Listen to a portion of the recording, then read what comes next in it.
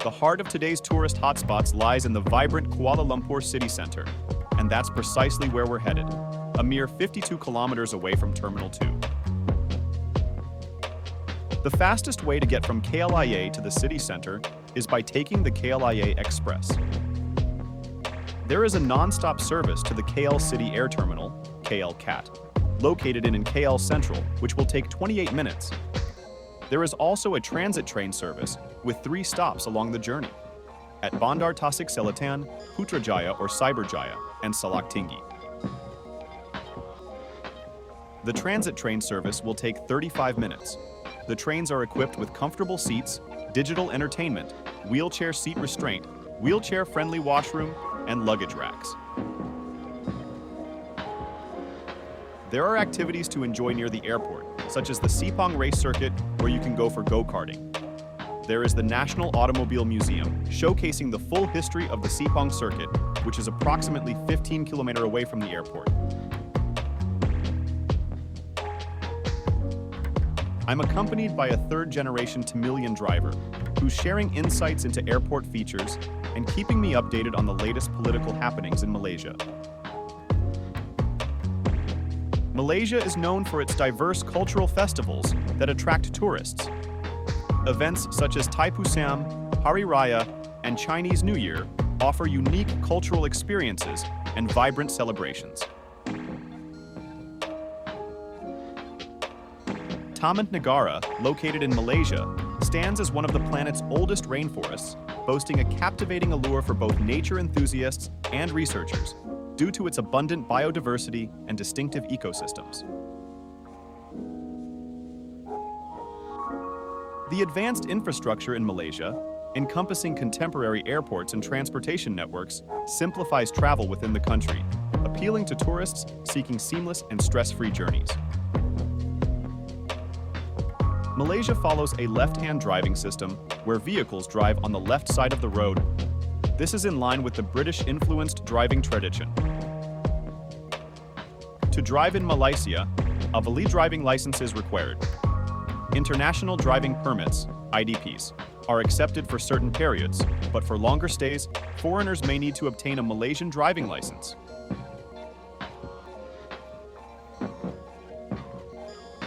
Traffic signs in Malaysia are typically written in both Malay and English, making it accessible to a broad range of drivers.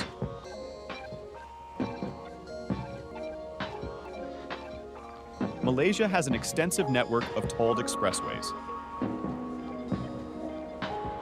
Toll rates are usually based on the distance traveled, and electronic toll payment systems, such as Touch and Go, are commonly used. Malaysia is led by a constitutional monarch and a parliamentary system. The head of state is the king, Yang di-Pertuan Agong.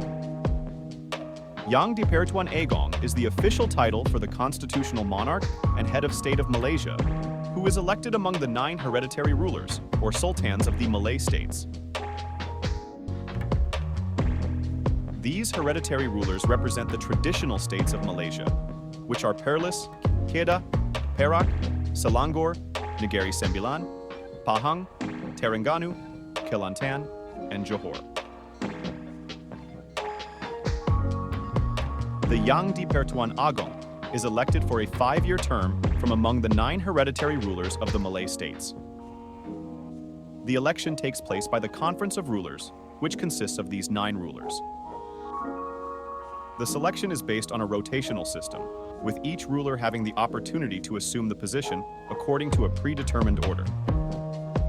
The Parliament of Malaysia is the legislative branch and consists of 2 houses, the Dewan Rakyat, House of Representatives, and the Dewan Negara, Senate.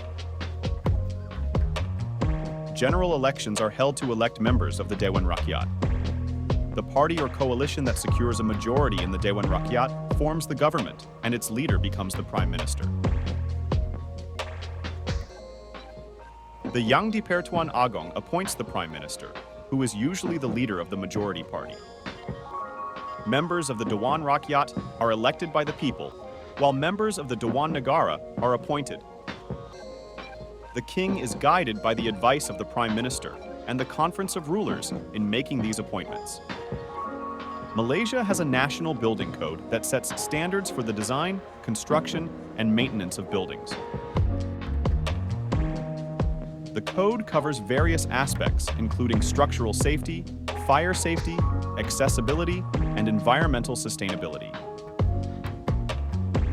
Local planning authorities, such as municipal councils and local government bodies, play a crucial role in approving building plans and regulating development within their jurisdictions. They ensure that proposed developments comply with zoning regulations, land use plans, and building codes. Local authorities develop and implement development plans that outline the land use policies and guidelines for their respective REs. These plans help manage urban growth, infrastructure development, and environmental conservation. Developers and individuals must submit building plans to the relevant local planning authorities for approval before commencing construction. The approval process involves a thorough review of architectural, structural, and environmental aspects to ensure compliance with regulations. Malaysia places emphasis on preserving heritage buildings and sites. The National Heritage Act empowers authorities to designate and protect buildings of historical or cultural significance. Towards the city center, catch a glimpse of the old airport on your left. What once stood as a bustling aviation hub now echoes the past, resembling nothing more than an expansive plain ground. This massive building right in front of us on the road, that's none other than Merdeka 118. Merdeka 118, formerly known as Menara Warisan Merdeka, KL 118 and PNB 118, is a 118-story megatall skyscraper in Kuala Lumpur, Malaysia. At 2,227 feet tall, it is the second tallest building and structure in the world, only behind the Burj Khalifa at 2,717 feet.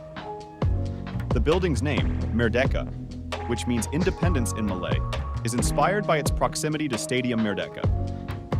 The spire of the building was completed in December 2022, which marked its final height of 2,227 feet above ground and 2,300 feet above sea level.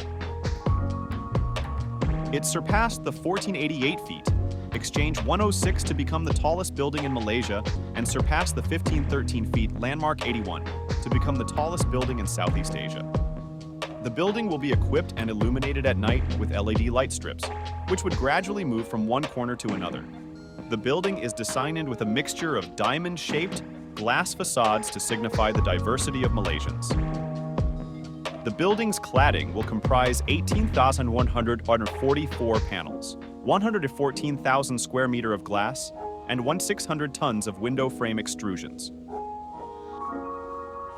We are now heading to Istana Negara, National Palace. Istana Negara is the official residence of the Yang di-Pertuan Agong, the monarch of Malaysia. It is located along Jalan Tuanku Abdul Halim, formerly Jalan Duda, near Taman Duda, northwestern Kuala Lumpur. The palace opened in 2011 and replaced the old Istana Negara, which was located at a different compound in central Kuala Lumpur. The palace complex has an area of 97.65 hectares, 22 domes, and is split into three main portions: the formal component, royal component, and administration component. There are three entrances to the palace, that is, through the main gateway entrance via Jalan Tuanku Abdul Halim flyover, for the Sultan and Sultana of the state, head of state, diplomats and government, head, prime minister and deputy prime minister and wife. The second entrance, located at Jalan Semantan, serves as a main entrance for the royal guest and VIP. The third access, located at Jalan Sri Hardamas, is meant for general public that has an appointment with the Sultan and Sultana of the state and also the palace administration staff. The raising of the royal standard of the Yang di-Pertuan Agong ceremony was held on 15th of November 2011 to symbolize that the Istana Negara at Jalan Tuanku Abdul Halim had been officially declared as the new national palace of Malaysia. Among the unique features of the Istana Negara is its 22 domes. 2 guards stand in front of the palace, one of them accompanied by a horse. When night falls, The radiant rays of the decorative lights that illuminate the domes produce a spectacular impact to its surrounding. The color of the lights will change according to the functions held at the palace and can clearly be seen from afar. The climate is excessively hot, hindering my ability to observe the palace details more thoroughly.